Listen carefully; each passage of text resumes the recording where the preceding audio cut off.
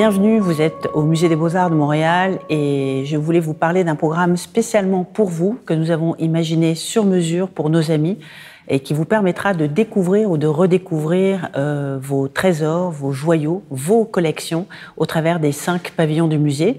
J'ai fait un choix de mes coups de cœur au travers de cette collection extraordinaire et je vous invite à venir la découvrir grâce aux ateliers thématiques, grâce aux visites guidées, grâce aux parcours spécifiques que nous allons imaginer pour la première fois pour vous, donc afin que vous compreniez, que vous exploriez, que vous soyez encore plus à la rencontre de ces œuvres extraordinaires que nous conservons au Musée des Beaux-Arts de Montréal.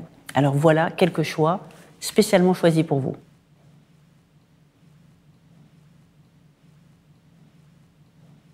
Il y a un tableau qui me réjouit à chaque fois que je le vois.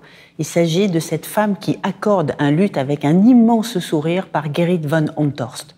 Gerrit van Honthorst est un des talentueux peintres qui vient de l'école d'Utrecht. C'était une école en Hollande extrêmement brillante. Et Gerrit van Honthorst était lui-même très influencé par l'école du Caravage. Il avait été en Italie, il avait découvert les peintures du maître et tous ces jeux dramatiques d'ombre et de lumière.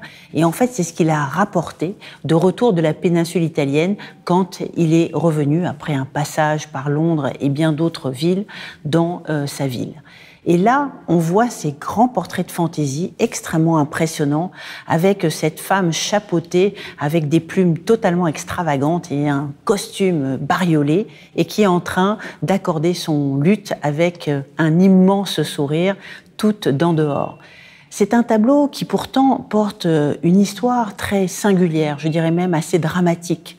En fait, si vous regardez bien la dédicace, il est dédié aux 2 victimes de l'Holocauste qui sont de la famille Spiro.